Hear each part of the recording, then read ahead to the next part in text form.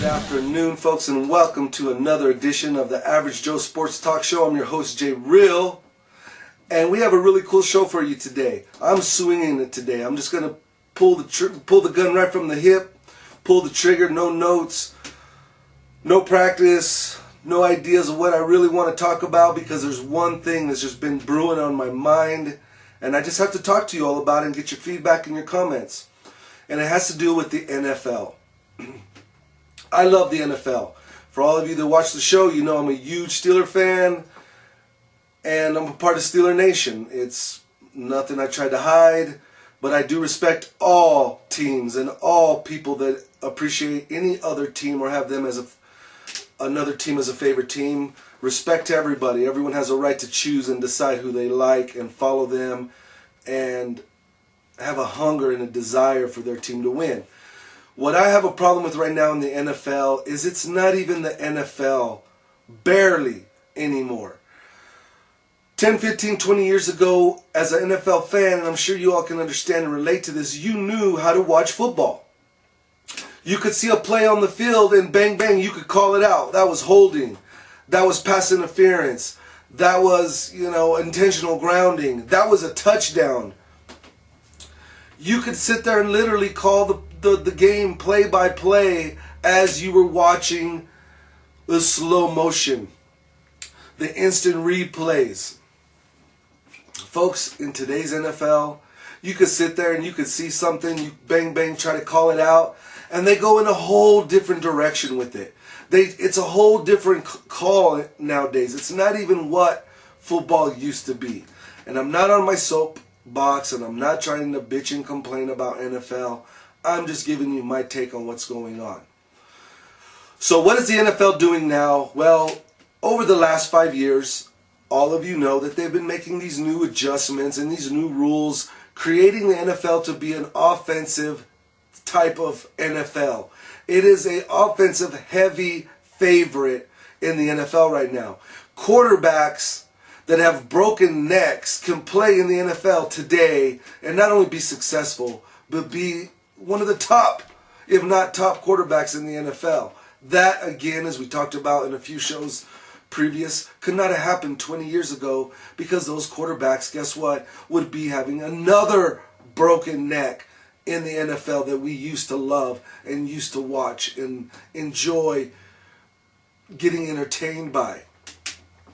So today's NFL, they're switching the rules. That's been going on now for years to make the game more safe and to allow quarterbacks not to get injured and receivers to catch for, god-awful yards, and quarterbacks have just ridiculous numbers every year.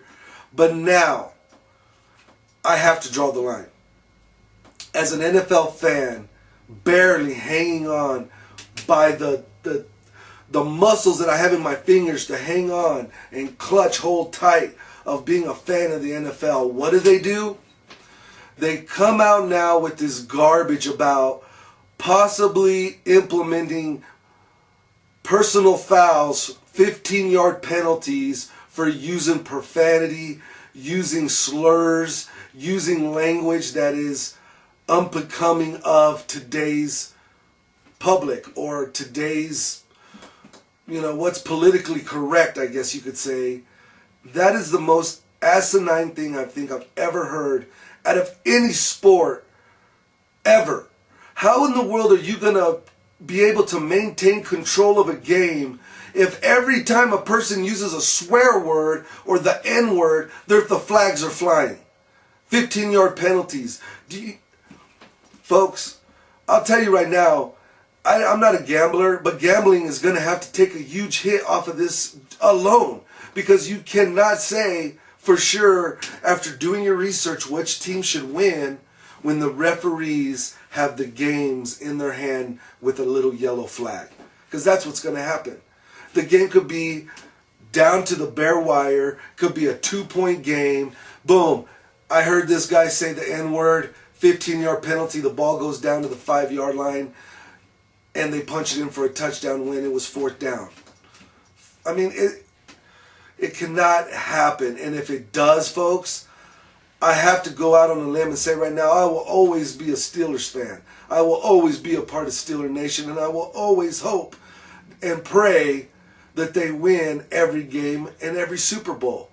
But I'm going to tell you right now, if they implement this rule where they can throw 15-yard penalties for using profanity and slurs on the field, I'm almost going to have to say, with everything else, the rule changes that make this game so just wussified. And I don't care, I'm not a professional athlete, I've never played professional football, but any true professional football player that has came out and talked against these rules is a true NFL player, and they've all said it. They are making the game not only wussified, as I like to call it, but it's almost unbearable to watch because you don't even know what a call is anymore, or a touchdown, I mean, you see a guy grab the ball in the end zone, fall down, roll around. He stands up and drops the ball as he's getting up, and they say it's not a touchdown. The game has got to where it's almost unbearable to watch. With this rule implement, if they do this, I'm going to have to say I seriously doubt if I will be able to watch many of the games thereon after. And I'm not saying because I don't like football or I don't appreciate it. It's because it's going to get so ridiculously... It's not going to come down to who's the better team. It really isn't, folks. Let's just break it down. With that rule, it doesn't matter if you're the better team. If you have a couple of players that in the heat of the moment say something and the flags start flying and it costs you 15 yards, who knows where the ball goes, who knows the situation, it could change the whole game around. And what's the point of watching something that isn't gladiators battling it out on the field? It's because referees have total control on who wins these games. And that's just the way we feel about it. Let me know. Give us your comments and feedback. Am I being a little touchy myself? Am I being wussified on this subject myself? Or do I have a point where it's going to be almost unbearable to see these calls being played out on the field, costing games to teams that deserve to win? You let me know. I don't know.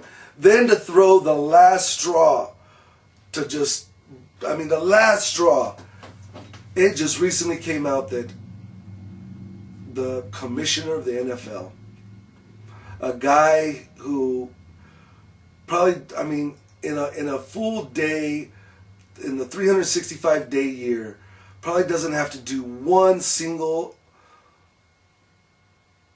laboristic duty of his job. The guy is making over $40 million a year. $40 million a year to be the commissioner of NFL football. Folks, I hate to say this, but I can't even put into words how ridiculous that amount of money is for someone in his position to be making. This guy is not bringing in revenue like superstars are off of commercials, endorsements, jersey sales, shoe sales, Kellogg's, cereal, whole wheat grain bar.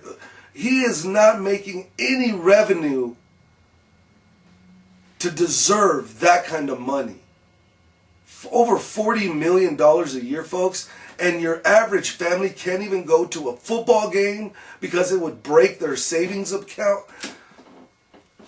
Folks, again, I'm not on my soapbox. I'm just throwing this out there to you. When is enough enough? Again, I've been a football fan for over 40 years, but it's getting to a point now where I cannot appreciate the product, the way that they deal with the fans. The way I explain that is someone's making $40 million a year. That's just one guy in the higher ups of the NFL. One guy. $40 million a year. So imagine what the salaries are in total for the whole corporation as an NFL. We're not even talking about players and owners. That's their own money. Just the NFL itself. And people can't even afford to go to the games. You're going to a game and spending over $10 on a freaking 3-ounce beer. You can't buy a hot dog without freaking taking out a small loan. And they want to know why people are getting frustrated with the NFL.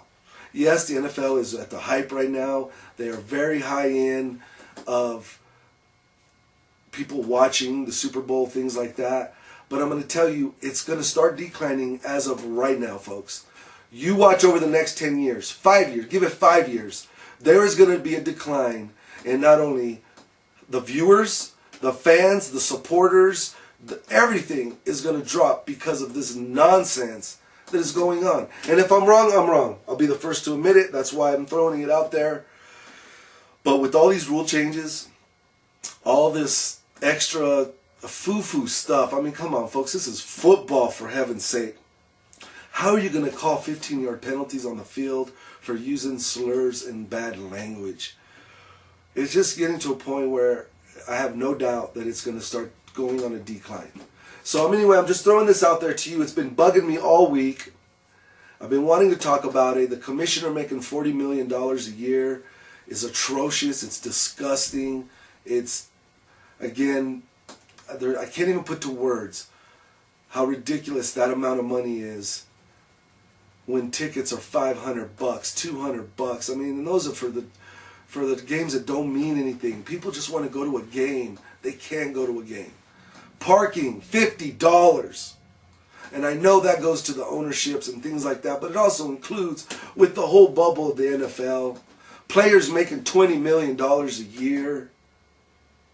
It's just getting out of control, folks. I mean, when is enough enough? So again, just throwing that out to you.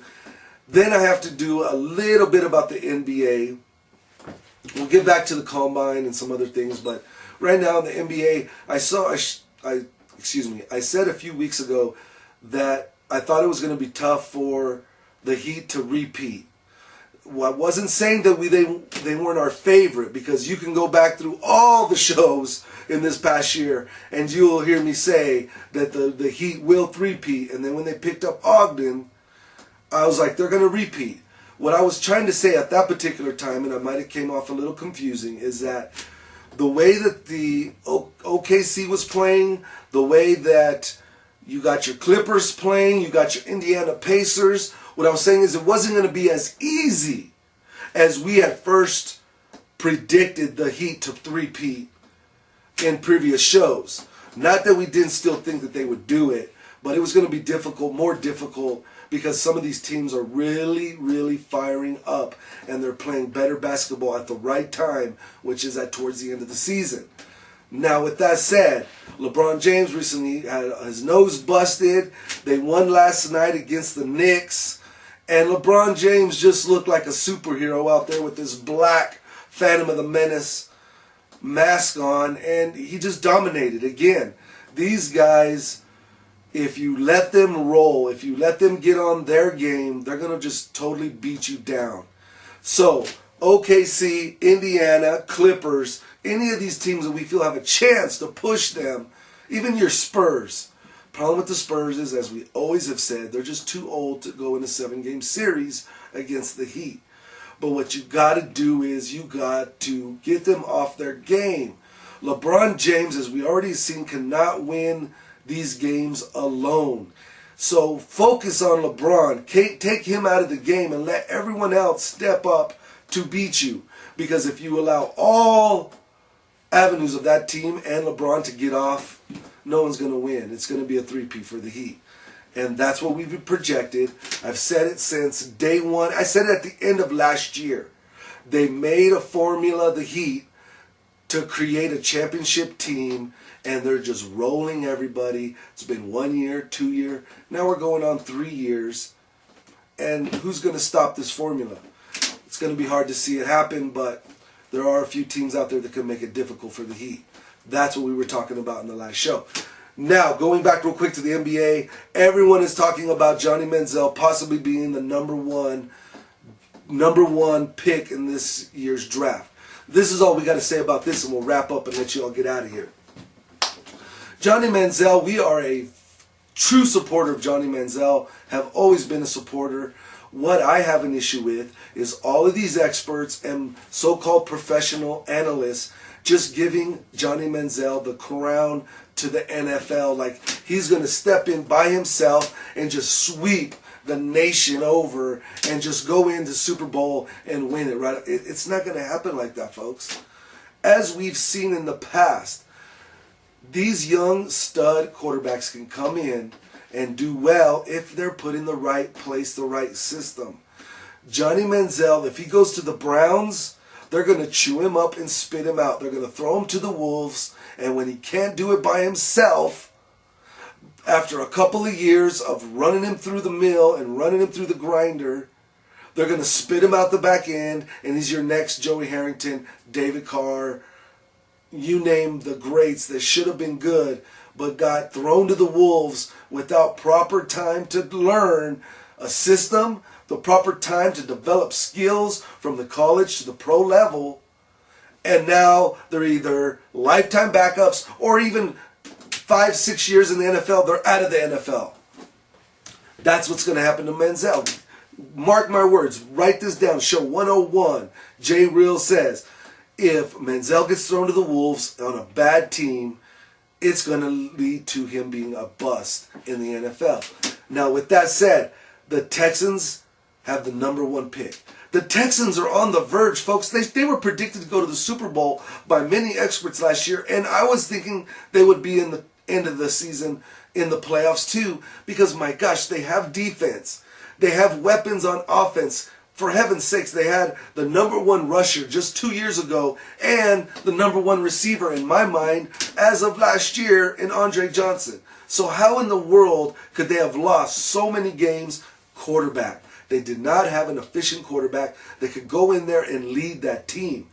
Johnny Manziel just might be that guy. If you put Johnny Manziel in with the Texans with the talent that's already on that team, it's possible to see Manziel shoot out of the freaking solar system, and sky's the limit. Time will tell. We're not going to just give this guy a crown because he's Johnny Football and did well in college. We're just not built that way. But we do see a lot of potential in him. And again, if he goes to the Texans with the #1 pick, he might have a chance to take that team, if they believe in him and get behind him, to do something special next year with the Texans. Time will tell, though, right? All right, then. So anyway, we're going to wrap up again. I had to get the NFL talk out. It's just been bubbling up inside of me. It's sad that they're yanking something that I love so much as an NFL football and just prying it from my hands and trying to throw in my face this garbage that they call the NFL of today. And I'm just not going to accept it anymore. So, again, give us your comments and feedback and let us know what you think. And before we go, we got to thank our sponsors. We have to thank the Player Zone. I mean, they got all your gaming needs, comic books, Golden Age. I'm talking Batman, Superman, Spider-Man's from the 50s and 60s. Come on, folks. If you love to collect, the Player Zone is your place. They'll hook you up.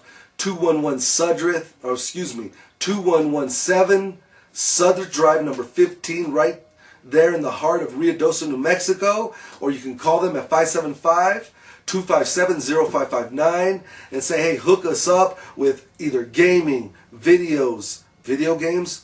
They even have DVD collection that's out of this world. Anything, they got it. We got to thank Gonzo Jerseys. Again, can hook you up. Soccer, football, baseball, you name it, he can hook you up. Let him know that you heard about us through the Average Joe Sports Talk Show. Boom, $40 any jersey.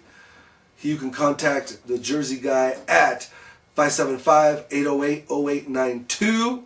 Just say, hey, we heard about you on Average Joe Sports Talk Show, and hook us up. He'll do that. And then we got to thank Freestyle Jewelry. Again, fresh gold. This is called Gold Field.